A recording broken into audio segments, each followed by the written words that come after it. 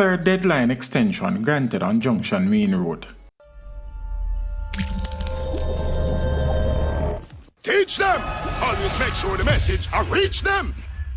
The government has granted the contractor handling the first phase of rehabilitation of Junction Main Road a third extension on its deadline to complete the billion-dollar project. On Tuesday, the National Works Agency said the rehabilitation, which started on November 6, 2017, was 96% finished, noting that the $1.1 billion contract was revised up from $597 million.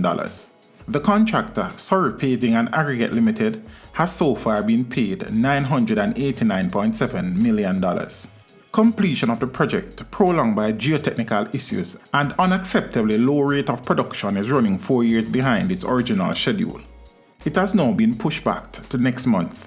The previous extension ran to the end of December 2021. Of note too is a 75 years lifespan of the Trophy Corridor, which the National Works Agency has promised will manifest. Seems very optimistic as deep slope failures continue to affect the area. Reports have also emerged that the soil investigation done for the contract was not exhaustive, but a decision was taken to start the project anyways. In essence, a lot of the challenges are directly related to the capability and capacity of the contractor to deliver, and these delays have so far cost taxpayers in excess of $500 million.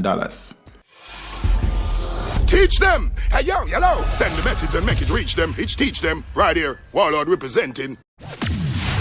Thank you for watching. Like the video before you go. Please subscribe if you haven't done so. And remember to share the video with your friends and family. And browse the channel for more quality content.